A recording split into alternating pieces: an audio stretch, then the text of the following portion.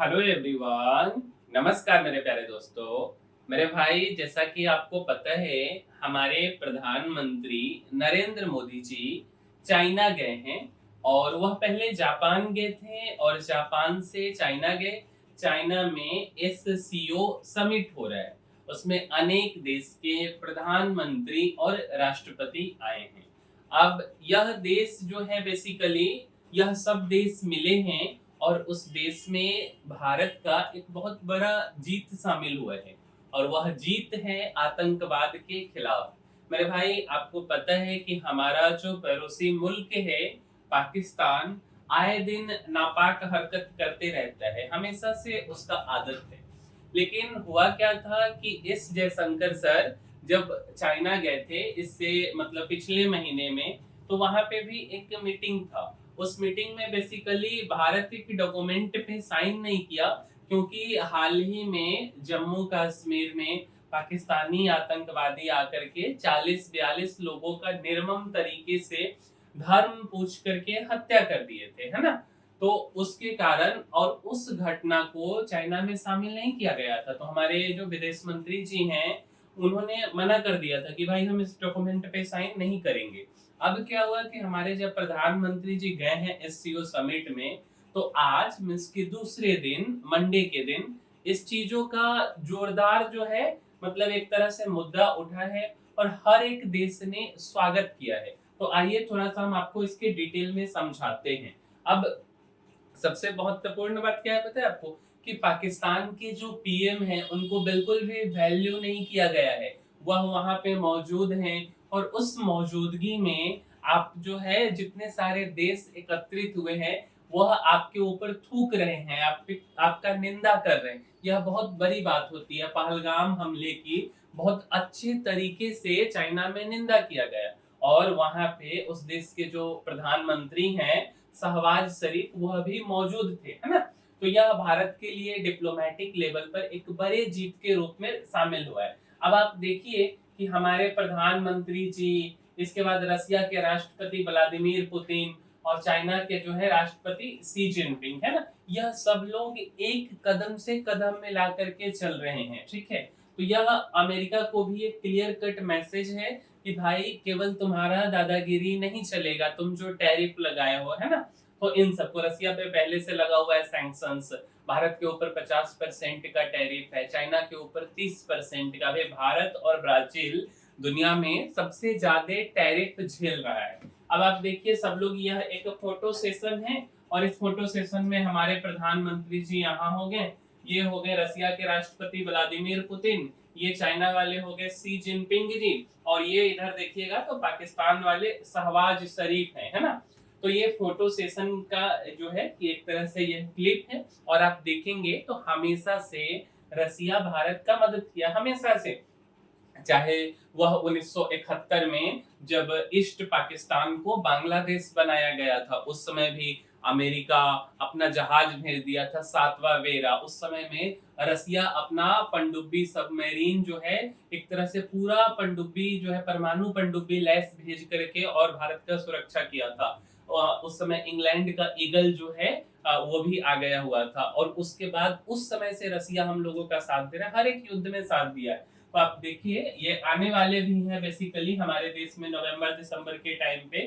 तो हमारे प्रधानमंत्री जी और रसिया के राष्ट्रपति जी दोनों बेसिकली गला मिल रहे हैं। आप एक फोटो में देखिए तो ये हमारे प्रधानमंत्री जी हो गए, रसिया के राष्ट्रपति हो गए, चाइना के राष्ट्रपति, सब लोग साथ हैं। बेसिकली यह फोटो एक अमेरिका को दिखाने के लिए भी है कि भाई तुम देख लो, हम लोग जो है एक तरह से अब तुम्हारे ऊपर दबाव बना सकते हैं, तुम्हारा परिसर केवल नहीं झेल सकते हैं, ठीक है। मोदी जी काफी लोगों से मिले, जैसे कि ये जो है बेसिकली कायरीज के प्रेसिडेंट है सैदर जयप्रो, है ना। तो इनसे मिले हैं। इसके बाद अगर आप देखेंगे मेरे भाई, तो ये जो है बेसिकली उज्बेकिस्तान के जो है प्रेसिडेंट है शबकात मिर्जियोयेव, ठीक है मेरे भाई। उसके बाद अर्मेनिया के प्राइम मिनिस्टर हैं ये निकोल पासनियान। तो हर लोग वहां पहुंचे हुए हैं, ऐसा नहीं कि केवल हमारे यहाँ से गए हैं लोग। अब समझिए, जो एससीओ है, यह बेसिकली ना 10 देशों का संगठन है।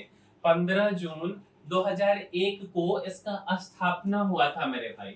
और इसका जो हेड ऑफिस है, इसका जो मुख्यालय है, यह बीजिंग में है। इसमें 10 कौन कौन से देश शामिल है? तो इसमें भारत शामिल है, रूस शामिल है, चाइना शामिल है, किर्गिस्तान शामिल है, ईरान हो गया, पाकिस्तान हो गया, ताजिकिस्तान, काजाकिस्तान, बेलारूस और उज्बेकिस्तान। लेकिन भारत 2017 में शामिल हुआ है। भारत पहले शामिल नहीं था। बेसिकली यह ना 1996 में बना था, समझे। लेकिन उस समय में केवल 5 देश था। एक तो काजाकिस्तान, एक तो तजाकिस्तान, एक रसिया, एक चाइना और एक किर्गिस्तान। यही 5 देश, 1 2 3 4 5 देश शामिल थे। पूर्व सोवियत देश जैसे रूस, काजाकिस्तान, आपने काजाकिस्तान, किर्गिस्तान, ताजिकिस्तान और चीन। लेकिन उस समय इसका नाम एससीओ नहीं होता था। उस समय इसको संघाई 5 नाम दिया गया था 1996 में। बट 2001 में इसका नाम बदल दिया गया, समझे। अब समझिए, 2001 संघाई 5 में उज्बेकिस्तान की एंट्री हुई और इसके बाद इसका नाम एससीओ रखा गया।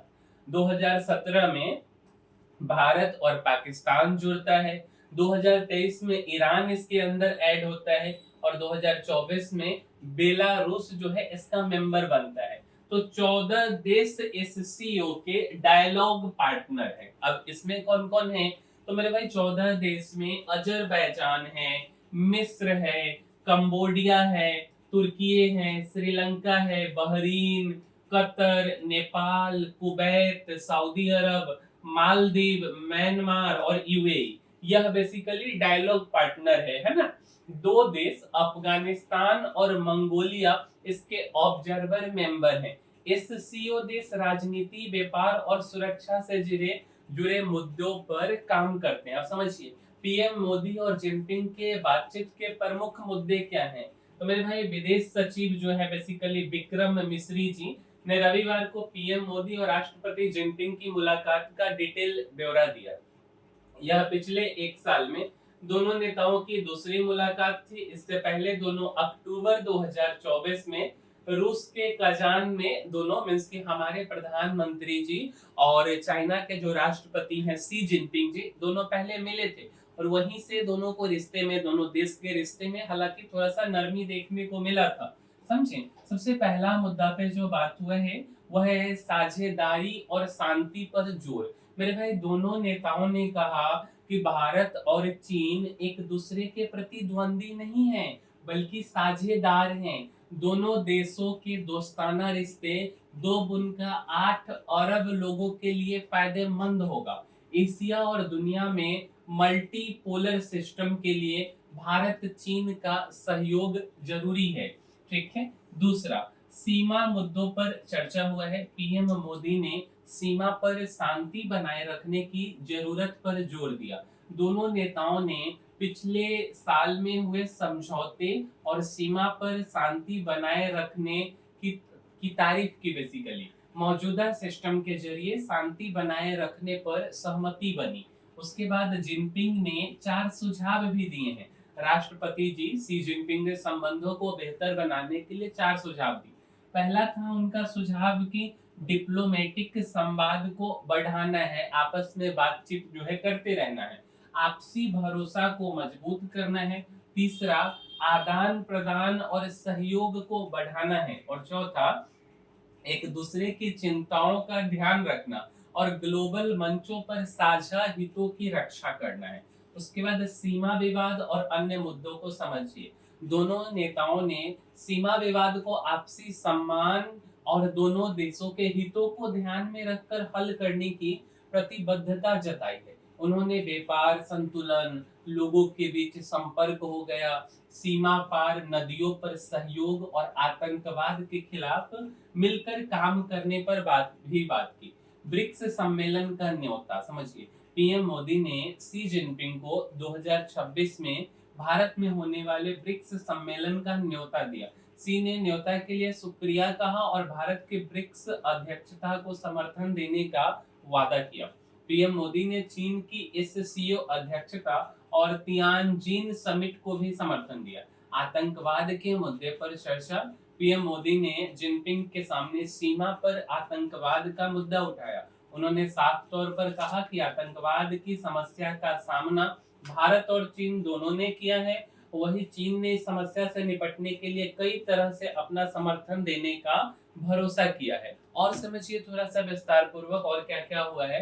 तो मेरे भाई, ग्लोबल संगठनों में सुधार की जरूरत है। जैसे पीएम मोदी जी ने कहा कि WTO means world trade organisation और यूएन यूनाइटेड नेशन जैसी संस्थाओं में खामियां हैं। भारत और चीन जैसे बड़े देशों के लिए यह साझा हित का विषय है, क्योंकि दोनों देश ग्लोबल आर्थिक और वित्तीय प्लेटफॉर्म पर अहम भूमिका निभाते हैं। डायरेक्ट फ्लाइट शुरू करने की योजना, मेरे भाई भारत और चीन के बीच जल्द ही डायरेक्ट फ्लाइट शुरू हो सकती है। इससे पहले लोग कैसे जाते हैं? तो इससे पहले लोग या तो बांग्लादेश के थ्रू जाते हैं या किसी दूसरे देश के थ्रू चाइना जाते हैं, थाईलैंड के थ्रू, है ना। डायरेक्ट पाकिस्तान फ्लाइट से लोग नहीं जाते हैं। हाल के महीनों में इस तकनीक स्तर की कई दौरे की बातचीत हुई है। दोनों पक्षों के बीच उड़ानों को फिर से शुरू करने पर सहमति बन गई है। व्यापार घाटा, भारत और चीन के बीच बड़े व्यापार घाटे पर भी चर्चा हुई। यह मुद्दा कई सालों से बातचीत का हिस्सा रहा है। व्यापार घाटे को कम करने और पारदर्शी नीतियों के जरिए संबंधों को बेहतर बनाने पर जोर दिया गया। ताइवान पर भारत का रुख, भारत ने एक बार फिर क्लियर किया कि ताइवान को लेकर भारत के रुख में कोई बदलाव नहीं है। भारत पूरी तरह वन चाइना पॉलिसी को मानता है। रिश्तों में नरमी, लेकिन पुराने विवाद बरकरार हैं। मोदी के चीन दौरे के बाद भारत और चीन के रिश्ते में नरमी के संकेत दिखे हैं। 2020 की गलवान झड़प के बाद पहली बार दोनों देशों ने सीमा और व्यापार से जुड़े कई अहम मसलों पर सहमति बनाई, लेकिन सीमा विवाद और पानी के मसले जैसे बड़े विवाद बने हुए हैं। आर्थिक दबाव और वैश्विक हालत ने दोनों को साथ बैठने पर मजबूर किया है, पर पूरी तरह भरोसा बनने में वक्त लग सकता है। अब समझिए, यहाँ पर 5 बार बेसिकली जो है मोदी जी हमारे चीन गए। 2015 में मोदी पीएम के तौर पर पहली बार चीन गए और जिनपिंग ने उन्हें खुद रिसीव किया था। ठीक है मेरे भाई। अब और समझिए इसमें थोड़ा सा। अब देखिए, मोदी जी ये बेसिकली हमारे प्रधानमंत्री नरेंद्र मोदी जी, ये उस समय के राष्ट्रपति बराक ओबामा और ये Vladimir Putin. Modi Hangzhou G20 summit में शामिल हुए। ओबामा और पुतिन से मुलाकात की और पाक की आलोचना मींस पाकिस्तान की आलोचना की। फिर 2017 में डोकलाम विवाद के तुरंत बाद ब्रिक्स समिट में हिस्सा लेने चीन गए। पहली बार घोषणा पत्र में पाक में मौजूद आतंकी संगठन का जिक्र हुआ था। फिर 2018 आ गया, मोदी और जिनपिंग वुहान में मिले। दोनों ने औपचारिक दस्तावेजों पर साइन करने के बजाय सिर्फ बातचीत की। फिर 2018 में किंग दाओ में एससीओ समिट में गए हमारे प्रधानमंत्री मोदी जी। भारत पहली बार पूर्ण सदस्य के तौर पर एससीओ में शामिल। सीपेक के चलते बीआरआई प्रोजेक्ट का विरोध किया। और यही कहानी है बेसिकली एससीओ समिट से लेकर के मोदी जी का पूरा ओवरऑल जो पहले का है। मतलब जो जो चीजें डिस्कस हुई हैं वो हम इस वीडियो में आपको बताने का कोशिश किए हैं। उम्मीद करते हैं कि आपको हमारा यह वीडियो जरूर पसंद आया होगा और वीडियो से आपको कुछ चीजें सीखने को मिली होंगी। और अगर ऐसा है तो इस वीडियो को लाइक जरूर कीजिएगा, साथ साथ इस वीडियो को शेयर भी कीजिए अपने मित्रों के साथ, जिनसे कि उन्हें भी कोई जानकारी मिल सके। और हमारे चैनल को सब्सक्राइब भी कीजिए। मिलते हैं हम किसी अगले वीडियो में। इस वीडियो में इतना ही। तब तक के लिए धन्यवाद मेरे भाई।